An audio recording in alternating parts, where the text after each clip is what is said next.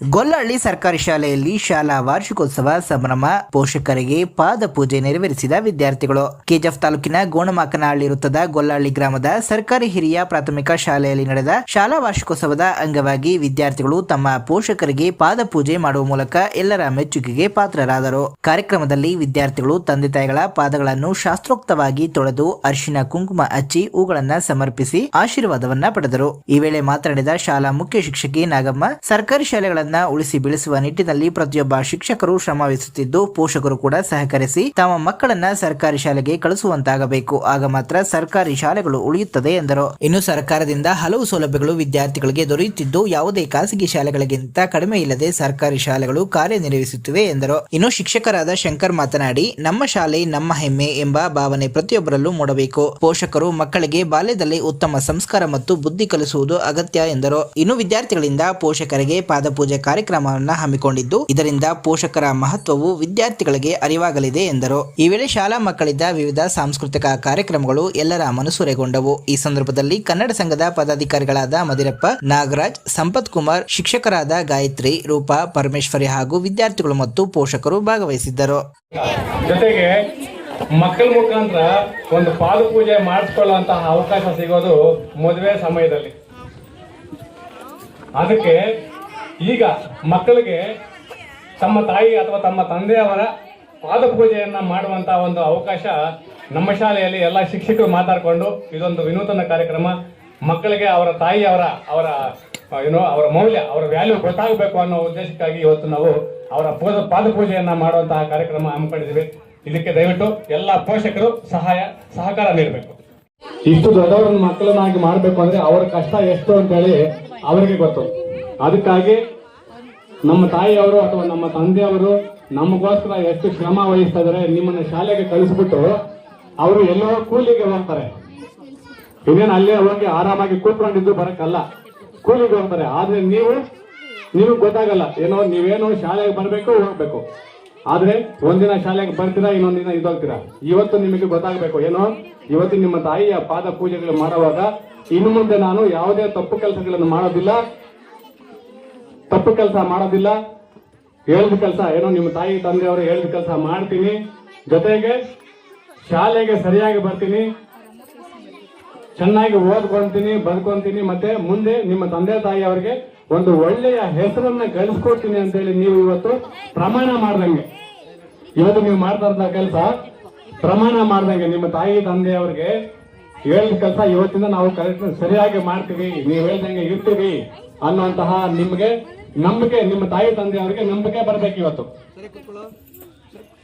ಸುಮ್ಮನೆ ಪಾದ ಪೂಜೆ ಮಾಡಿದ ಸಾರೋರು ಹೇಳಿದ್ರು, ಮೇಡಮ್ ಅವ್ರಿಗೆ ಅದು ತಪ್ಪು. ನಿಮ್ಮ ನಮಸ್ಕಾರ ಮಾಡ್ಕೋಬೇಕು.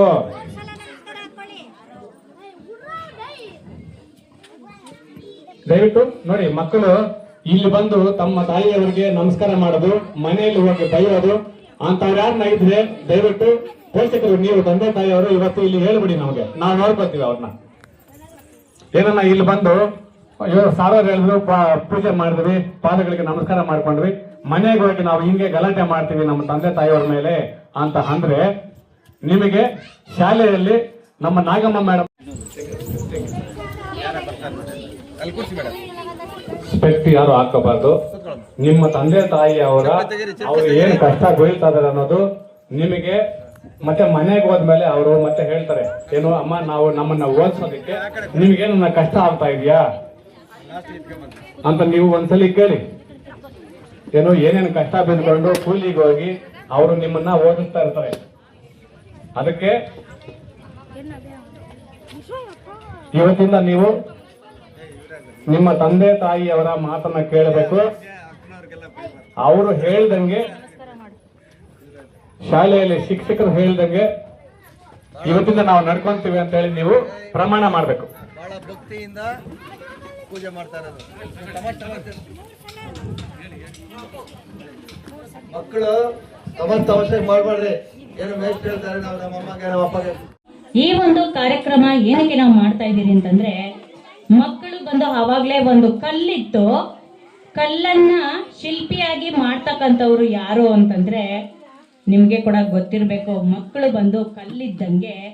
ಆ ಮಕ್ಕಳನ್ನ ನಾವು ಒಂದು ವಿಗ್ರಹಕ್ಕೆ, ಒಂದು ಕಲ್ಲಿಗೆ ಬಂದು ಆ ಶಿಲ್ಪಿ ಏನ್ ಮಾಡ್ತಾನೆ ಅಂತಂದ್ರೆ ಅದಕ್ಕೆ ಒಂದು ಆಕಾರವನ್ನ ರೂಪಿಸ್ತಾನೆ. ಹಂಗೆ ನಿಮ್ಮ ಮಕ್ಕಳೆಲ್ಲ ಕೂಡ ಕಲ್ಲಿದ್ದಂಗೆ. ಅದನ್ನ ನಿಜವಾಗ್ಲೂ ನೀವು ನಮ್ಮ ಹತ್ರ ಕಳಿಸ್ತೀರಾ. ಶಿಕ್ಷಕರು ಅವರನ್ನ ಒಳ್ಳೆಯ ಒಂದು ವಿಗ್ರಹದ ರೀತಿನಲ್ಲಿ, ಅದು ಎಂತಹ ವಿಗ್ರಹ ಅಂದ್ರೆ ಎಲ್ಲರೂ ಅದನ್ನ ನೋಡಿದ ತಕ್ಷಣ ಪೂಜೆಯನ್ನ ಮಾಡಬೇಕು. ಅಂತಹ ಒಂದು ವಿಗ್ರಹವನ್ನ ತಯಾರು ಮಾಡ್ತಕ್ಕಂಥವ್ರು ಯಾರು ಅಂತಂದ್ರೆ ನಮ್ಮ ಶಿಕ್ಷಕರುಗಳೇನೆ.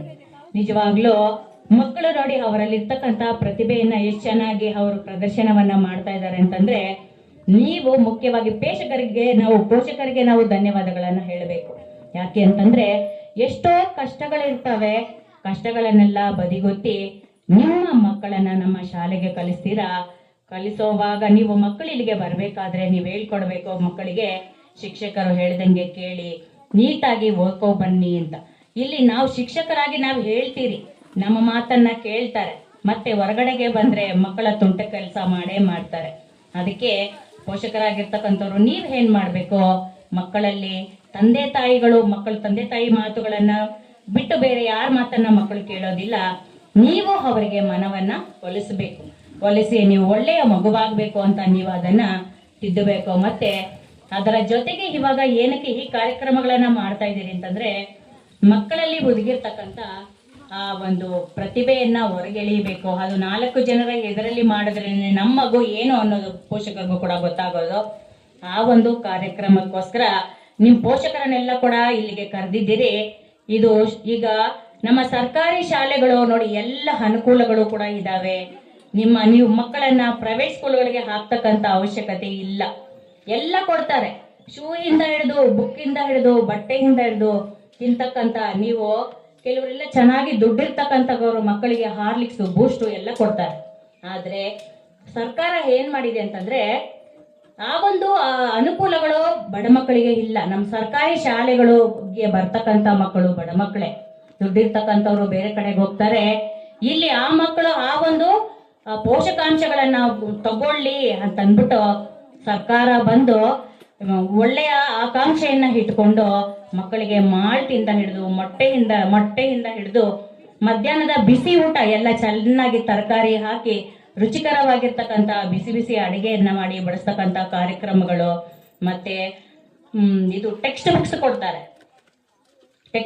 ಟೆಕ್ಸ್ಟ್ ಬುಕ್ಸ್ ಮತ್ತೆ ನೋಟ್ ಬುಕ್ಗಳು ಕೂಡ ಕೆಲವರು ನೋಡಿ, ನಮ್ಮ ಶಂಕರ್ ಸರ್ ಅವರು ಎಲ್ಲಾ ಕಡೆಗೂ ಅವರು ಈ ತರ ವೇದಿಕೆಗಳಿಗೆ ಹೋಗ್ತಾರೆ. ಎಲ್ಲಿ ಹೋದ್ರು ಅವ್ರಿಗೆ ಒಂದು ಆಸೆ ಏನ್ ಗೊತ್ತಾ, ನಮ್ಮ ಶಾಲೆ ಮಕ್ಕಳು ಚೆನ್ನಾಗಿ ಓದ್ಬೇಕು, ನಮ್ಮ ಶಾಲೆ ಮಕ್ಕಳಿಗೆ ಎಲ್ಲ ಅನುಕೂಲಗಳು ಬರಬೇಕು ಅಂತ ಅಂದ್ಬಿಟ್ಟು ಎಲ್ರ ಹತ್ರ ನಿಜವಾಗ್ಲೂ ಅವರು ಬೆಗ್ ಮಾಡ್ತಾರೆ. ನೀವು ಪೇರೆಂಟ್ಸ್ ನಿಮಗೆ ಆ ತರ ಆಸಕ್ತಿ ಇದೆಯೋ ಇಲ್ವೋ ಗೊತ್ತಿಲ್ಲ, ನಮ್ಮ ಶಿಕ್ಷಕರು ಒಬ್ಬೊಬ್ಬರ ಹತ್ರನೂ ಹೋಗಿ ಕೇಳ್ಕೊಂತಾರೆ, ನಮ್ಮ ಮಕ್ಕಳಿಗೆ ಬುಕ್ಸ್ ಕೊಡಿ, ನಮ್ಮ ಮಕ್ಕಳಿಗೆ ಬ್ಯಾಗ್ ಕೊಡಿ, ನಮ್ಮ ಮಕ್ಕಳಿಗೆ ನೋಟ್ ಬುಕ್ ಕೊಡಿ ಅಂತ ಅಂದ್ಬಿಟ್ಟು ಕೇಳ್ಕೊಂಡ್ ಬರ್ತಾರೆ. ಏನಕ್ಕೆ ಅಂತಂದ್ರೆ ನಮಗೆ ಸರ್ಕಾರ ಸಂಬಳ ಕೊಡುತ್ತೆ, ಬರೀ ಸಂಬಳವನ್ನ ತಗೊಂಡು ನಾವು ಹೋಗ್ಬಿಟ್ರೆ ಸಾಲದು, ಆ ಸರ್ಕಾರದ ಋಣವನ್ನ ನಾವು ತೀರ್ಸ್ಕೋಬೇಕು ಅನ್ನೋದಕ್ಕೋಸ್ಕರ ನಾವೆಲ್ಲ ಕೂಡ ಶಿಕ್ಷಕರು ನೋಡಿ, ನಮ್ಗೆ ಅತಿಥಿ ಶಿಕ್ಷಕರು 2 ಬಂದಿದ್ದಾರೆ. ಅವ್ರು ಕೊಡ್ತಕ್ಕಂಥದ್ದು ಬರೀ 10,000 ಸಂಬಳ ಕೊಡ್ತಾರೆ. ಆದ್ರೆ ಅವ್ರು ದುಡಿತಕ್ಕಂತ ಒಂದು ಅವರ ಸೇವೆ ಬದನೆ ಕೊಡಲ್ಲ. ಹೆಂಗಂದ್ರೆ ಮಾತಾಡ್ತಾರೆ. ಪಾಪ ಅವರು ನನ್ನ ಹತ್ರ ಹತ್ಕೊಂಡಿದ್ದಾರೆ. ನಾನ್ ಹೇಳಿದಿರಮ್ಮ ಏನಮ್ಮ ಮಾಡೋದು, ಅಡ್ಜಸ್ಟ್ ಮಾಡ್ಕೊಂಡು ಹೋಗ್ರಿ ಅಂತ. ನೀವು ಕೂಡ ಹೇಳ್ಬೇಕು, ಶಿಕ್ಷಕರಿಗೆ ಒಂದು ಗೌರವ ಕೊಡ್ರಿ, ಶಿಕ್ಷಕರಿಗೆ ಹೇಳ್ಕೊಡೋದನ್ನ ನೀವು ಕಲೀರಿ ಅಂತ ನೀವೆಲ್ಲ ಕೂಡ ಹೇಳ್ಬೇಕು. ಇನ್ನ ನಿಮ್ಮ ಮಕ್ಕಳನ್ನ ಚೆನ್ನಾಗಿ ಎಲ್ಲ ಸರ್ಕಾರಿ ಶಾಲೆಗಳಿಗೆ ಸೇರಿಸಿ, ಎಲ್ಲಿ ನಮ್ಮ ಶಾಲೆನೇ ಅಲ್ಲ ಬೇರೆ ಕಡೆಗೂ ಕೂಡ ಇದ್ದಾವೆ ಸರ್ಕಾರಿ ಶಾಲೆಗಳು, ಅದಕ್ಕೆಲ್ಲ ಕೂಡ ಸೇರಿಸ್ರಿ. ಸರ್ಕಾರದಿಂದ ಬರ್ತಕ್ಕಂತ ಅನುಕೂಲಗಳನ್ನ ಬಳಸ್ಕೋಬೇಕು. ನಾವು ಕೂಡ ಇಲ್ಲಿ ಕಷ್ಟಪಟ್ಟು ನಮ್ಮ ಮಕ್ಕಳು ಓದ್ಲಿ ಅಂತ ಅಂದ್ಬಿಟ್ಟು ನಾವು ಬೆಳಗ್ಗಿಂದ ಸಂಜೆವರೆಗೂ ನೋಡಿ, ಇವತ್ತು ಮೀಟಿಂಗ್ ಇತ್ತು, ಮೀಟಿಂಗ್ಗೆ ಟ್ರೈನಿಂಗ್ ಅಂತ ಅಂದ್ಬಿಟ್ಟು ಅದಕ್ಕೂ ಕೂಡ ನಾನು ಹೋಗಿಲ್ಲ. ಎಷ್ಟೋ ಕಾರ್ಯಕ್ರಮಗಳನ್ನ ನಾವು ಮಿಸ್ ಮಾಡ್ಕೊಂಡು ನಿಮಗೋಸ್ಕರ ನಾವು ನಿಮ್ಮನ್ನೆಲ್ಲ ಕರೆದು ಬಿಟ್ಟಿದ್ದೀರಿ ಅನ್ನೋದಕ್ಕೋಸ್ಕರ ನಾವು ಬಂದು ಇಲ್ಲಿ ಈಗ ಈ ಕಾರ್ಯಕ್ರಮಕ್ಕೆ ನಾವು ಇದು ಮಾಡ್ತಾ ಇದ್ದೀರಿ. ನೀವೆಲ್ಲ ಕೂಡ ಇದನ್ನ ತಿಳ್ಕೋಬೇಕು.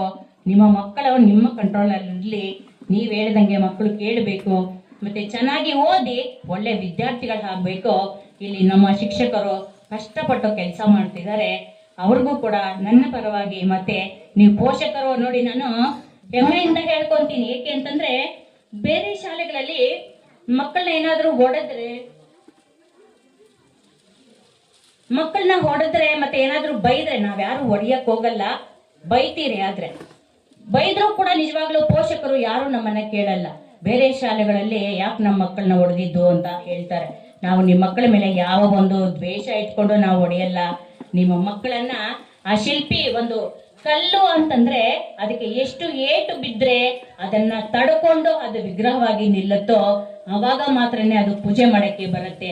ಮುರಿದೋಯ್ತು ಅಂತಂದ್ರೆ ಪೂಜೆ ಮಾಡ್ತೀರಾ? ಅದು ವಿಘ್ನ ಆಗಿರ್ತಕ್ಕಂಥ ವಿಗ್ರಹವನ್ನಿಟ್ಟು ಯಾರು ಕೂಡ ಅದನ್ನ ಪೂಜೆ ಮಾಡಲ್ಲ. ಹಂಗೆ ವಿದ್ಯಾರ್ಥಿಗಳು ಕೂಡ ಅಷ್ಟೇನೆ, ನಾವು ಬೇಯೋದು ಒಡೆಯೋದು ನಿಮ್ಮ ಮಕ್ಕಳಿಗೋಸ್ಕರನೇ ಎಲ್ಲ ಮಾಡ್ತಕ್ಕಂಥದ್ದು, ನಿಮ್ಮ ಮಕ್ಕಳು ಚೆನ್ನಾಗಿರ್ಲಿ ಅಂತ. ನಮ್ಗೆ ಸಂಬಳ ಕೊಡ್ತಾರೆ, ನಾವು ಸುಮ್ಮನೆ ಬಂದು ಬೆಲ್ ಹೊಡೆದು ಮತ್ತೆ ನಾವು ಮನೆಗೆ ಹೋದ್ರೆ ಮಕ್ಕಳನ್ನ ಇಟ್ಕೊಂಡು ಸಾಯಂಕಾಲ ಮನೆಗೆ ಕಳ್ಸಿದ್ರು ಕೆಲವರೆಲ್ಲ ಇರ್ತಾರೆ. ಆದ್ರೆ ನಮ್ಮ ಶಾಲೆನಲ್ಲಿ ಯಾರು ಕೂಡ ಟೀಚರ್ಸ್ ಆ ತರ ಮಾಡಲ್ಲ. ನೋಡಿ, ಇವರು ನಮ್ಮ ಶಂಕರ್ ಸರ್ ಅವ್ರನ್ನ ನಿಜವಾಗ ನಾವು ನೆನೆಸ್ಕೋಬೇಕು. ಅವರು BRP ಆಗಿ ಬಂದಿರ್ತಕ್ಕಂಥವ್ರು. ಎಲ್ಲ ಸ್ಕೂಲ್ಗಳು ಈ ಒಂದು ನಮ್ಮ KGF ತಾಲೂಕಿನಲ್ಲಿ ಬೇಕಾದಷ್ಟು ಶಾಲೆಗಳನ್ನ ನೋಡ್ಕೊಂಡು ಬಂದಿರ್ತಕ್ಕಂಥವ್ರು. ಅವ್ರು ಬಂದ್ರು ಕೂಡ ನೋಡಿ, ನಮ್ಗೆ ಬಿಲ್ಡಿಂಗ್ ಇಲ್ಲ ಇರ್ತಕ್ಕಂಥ. ನೋಡಿ, 2 ಬಿಲ್ಡಿಂಗ್ ಅಲ್ಲಿ 3 ಜನ ಟೀಚರ್ಸ್ ಒಳಗಡೆ ಇರ್ತಾರೆ, ಇನ್ನಿಬ್ಬರು ಟೀಚರ್ಸ್ ಹೊರಗಡೆನೆ ಕೂತ್ಕೊಂಡು ಬಿಸಿಲಾಗ್ಲಿ ಮಳೆ ಆಗ್ಲಿ, ನೋಡಿ ಈ ಬಿಸಿಲಲ್ಲಿ ಕೂಡ ಇಲ್ಲಿ ಕೂತ್ಕೊಂಡು ಪಾಠ ಮಾಡ್ತಾರೆ. ನಾವು ನಿಜವಾಗ್ಲೂ ನಿಮ್ಮ ಮಕ್ಕಳೆಲ್ಲ ಪುಣ್ಯ ಮಾಡಿರ್ತಕ್ಕಂಥವ್ರು. ನಿಜವಾಗ್ಲೂ ನಮ್ಮಂತಹ ಶಿಕ್ಷಕರ ಹತ್ರ ಪಾಠ ಕಲಿತಾ ಇರೋದಕ್ಕೆ ನಿಮ್ಮ ಮಕ್ಕಳ ಒಂದು ಅಭಿವೃದ್ಧಿ ನಿಮ್ಗೆ ಗೊತ್ತಿರುತ್ತೆ. ನಾವೇನು ಹೇಳ್ಬೇಕಾಗೇ ಇಲ್ಲ. ನಿಮ್ಮ ಮಕ್ಕಳು ಯಾವ ರೀತಿ ಇಲ್ಲಿ ಓದ್ತಾರೆ ಅಂತಕ್ಕಂಥದ್ದು ನೀವು ಮನೆಯಲ್ಲಿ ಕೂಡ ಗೊತ್ತಾಗತ್ತೆ. ಮತ್ತೆ ಅವ್ರ ಒಳಗಡೆ ಇರ್ತಕ್ಕಂಥ ಕಲೆ ನಿಮ್ಗೆ ಗೊತ್ತಾಗ್ಲಿ ಅಂತ ಈ ಒಂದು ವೇದಿಕೆಯನ್ನ ಕಲ್ಪಿಸ್ಕೊಟ್ಟಿದ್ದೀರಿ. ಇಷ್ಟೆಲ್ಲ ಹೇಳೋದಕ್ಕೆ ನೀವೆಲ್ಲರೂ ಕೂಡ ನನಗೆ ಅವಕಾಶವನ್ನು ಕೊಟ್ಟಿದ್ದಾರೆ. ನಿಮ್ಮೆಲ್ಲರಿಗೂ ನಾನು ಧನ್ಯವಾದಗಳನ್ನ ಹೇಳ್ತೀನಿ. ಅವ್ರ ಟೀಮ್ ಎಲ್ಲ MLA ಮೇಡಮ್ ಹತ್ರಕ್ಕೆ ಹೋಗಿದ್ದಾರೆ. ಅವ್ರ ಬಿಲ್ಡಿಂಗ್ ಒದಗಿಸ್ಕೊಡ್ತೀವಿ ಅಂತ ಹೇಳಿದ್ದಾರೆ. ಆಲ್ರೆಡಿ ನಾವು ಒಂದು ಪ್ರಪೋಸಲ್ ಕಳಿಸಿದ್ವಿ, ಒಂದು ಬಿಲ್ಡಿಂಗ್ ನಮ್ಗೆ ಕೊಡ್ತೀವಿ ಅಂತ ಹೇಳ್ಬಿಟ್ಟು. ಮುಂದಿನ ದಿನಗಳಲ್ಲಿ ನೆಕ್ಸ್ಟ್ ಜೂನ್ಗೆ ನಮ್ಗೆ ಇನ್ನೊಂದು ಬಿಲ್ಡಿಂಗ್ ಬರುತ್ತೆ. ನಮ್ಗೆ ಆದಷ್ಟು ದಯವಿಟ್ಟು ದುಡ್ಡಿರೋರು ಮಾತ್ರ ಅನ್ಕೋಬೇಡಿ. ಎಲ್ರಿಗೂ ಇದು ನಮ್ಮ ಶಾಲೆ, ನಮ್ಮ ಸರ್ಕಾರಿ ಶಾಲೆ, ಎಲ್ರು ನಮ್ಮ ಶಾಲೆ ಅಂತೇಳಿ ನಮ್ಮ ಶಾಲೆವರೆಗೂ ಬಂದ್ರೆ ಸದಾ ನಾವು ನಿಮಗಾಗಿ ಮತ್ತೆ ನಿಮ್ಮ ಮಕ್ಕಳಿಗಾಗಿ ಕಾಯ್ತಾ ಇರ್ತೀವಿ. ಅದಕ್ಕಾಗಿ ಆ ಮೇಡಮ್ ಅವರು ಇಷ್ಟೊತ್ತು ಹೇಳಿದ್ರು, ಅವ್ರಿಗೆ ಧನ್ಯವಾದಗಳು ತಿಳಿಸ್ತಾ, ಮುಂದೆ ಈಗ ಬಹುಮಾನ ಪೋಷಕರು ಕೆಲವರು ಬಹುಮಾನಗಳನ್ನ ಗಳಿಸ್ಕೊಂಡಿದ್ದಾರೆ. ಏನೋ ಹಲವಾರು ಇಲ್ಲಿ ಕ್ರೀಡೆಗಳನ್ನು ನಡೆಸಿದ್ರು. ಆ ಕ್ರೀಡೆಗಳನ್ನ ನಡೆಸಿದ್ದಕ್ಕಾಗಿ ಅವರಿಗೆ ಪ್ರಥಮ ಮತ್ತೆ ದ್ವಿತೀಯ ತೃತೀಯ ಬಹುಮಾನಗಳನ್ನ ತಂದಿರ್ತೀವಿ. ಅದು ನಮ್ಮ ಶಾಲೆಯ ವತಿಯಿಂದ. ದಯವಿಟ್ಟು ಅದನ್ನ ನಮ್ಮ ಮೇಡಮ್ನವರು ನಮ್ಮ ಪರಮೇಶ್ವರಿ ಮೇಡಮ್ ಮತ್ತೆ ರೂಪಾ ಮೇಡಮ್ನವರು ಅದನ್ನು ನಡೆಸ್ಕೊಳ್ಬೇಕು ಅಂತ ಹೇಳಿ ಅವರಲ್ಲಿ ಮನವಿ ಮಾಡ್ತಾ ಇದೀವಿ. ಅದನ್ನು ನಾವು ತಕ್ಷಣ ನೀವು ಈ ರಜೆಗಳು ಮುಗಿದು ಮತ್ತೆ ಶಾಲೆಗೆ ಬರೋ ವ್ಯವಸ್ಥೆಗೆ ಆ ಒಂದು ವ್ಯವಸ್ಥೆಯನ್ನು ನಾವೆಲ್ಲ ಸೇರಿ ಶಿಕ್ಷಕರು ಮತ್ತು ನಾವು ಸಂಘದ ವತಿಯಿಂದ ನಮ್ಮ ಗ್ರಾಮದ ವತಿಯಿಂದ ಖಂಡಿತ ಮಾಡೋಕ್ಕೆ ನಾವು ವ್ಯವಸ್ಥೆ ಮಾಡ್ತೇವೆ. ಅದಕ್ಕಾಗಿ ಇನ್ನೊಂದು ವಿಷಯ, ಪುಸ್ತಕಗಳು ಅಷ್ಟೇ, ನಿಮ್ಮ ಸಮವಸ್ತ್ರಗಳು ಅಷ್ಟೇ. ನಮ್ಮ ಒಬ್ಬರು ಸಿರಿಗನ್ನಡ ವೇದಿಕೆ ಜಿಲ್ಲಾಧ್ಯಕ್ಷ ಅಂತ ಇದ್ದಾರೆ, ರಾಮಚಂದ್ರಪ್ಪ ಅವರು ಈಗ ಇಲ್ಲಿ ಇವತ್ತು ಕೊಡಬೇಕಾಯಿತು ಮಕ್ಕಳಿಗೆಲ್ರಿಗೂ. 50 ಅಲ್ಲ ಸರ್, 100 ಜನ ಇರಲಿ, ನಾನು ತಂದು ಕೊಡ್ತೀನಿ ಅವ್ರಿಗೆ ಅಂತ ಹೇಳಿದ್ದಾರೆ. ನೀವು ಶಾಲಾ ಮುಗಿಸ್ಕೊಂಡು ಬಂದು ರಜಾ ಮುಗಿಸ್ಕೊಂಡು ಬಂದಲ್ಲಿ ಖಂಡಿತ ಆ ಒಂದು ಕಾರ್ಯಕ್ರಮವನ್ನು ನಾವು ಇಲ್ಲಿ ನಡೆಸ್ಕೊಡ್ತಾರೆ. ಅವರು ಮಕ್ಕಳಿಗೋಸ್ಕರ ಏನು ಮಾಡಲು ಸಿದ್ಧವಾಗಿದ್ದಾರೆ, ಅದನ್ನು ನಾವು ವ್ಯವಸ್ಥೆ ಮಾಡ್ತೀವಿ. ಶಾಲಾ ಕೊಠಡಿಯನ್ನು ನಮ್ಮ ಮೇಡಮ್ನವ್ರು ಹೇಳಿದಾಗೆ ಖಂಡಿತ ವ್ಯವಸ್ಥೆ ಮಾಡೋಣ. ಆಮೇಲೆ ನೀರಿನ ಕೊರತೆ ಇದೆ, ಸ್ವಲ್ಪ ನೀರಿನ ಕೊರತೆ ಮುಖ್ಯವಾದದ್ದು. ಆ ನೀರನ್ನ ನಾವು ಮೇಡಮ್ ಅವ್ರಿಗೆ ಹೇಳಿದ್ವಿ, ಈಗಾಗಲೇ ನಾವು ನಗರಸಭೆಗೆ ತಿಳಿಸಿದ್ದೀವಿ.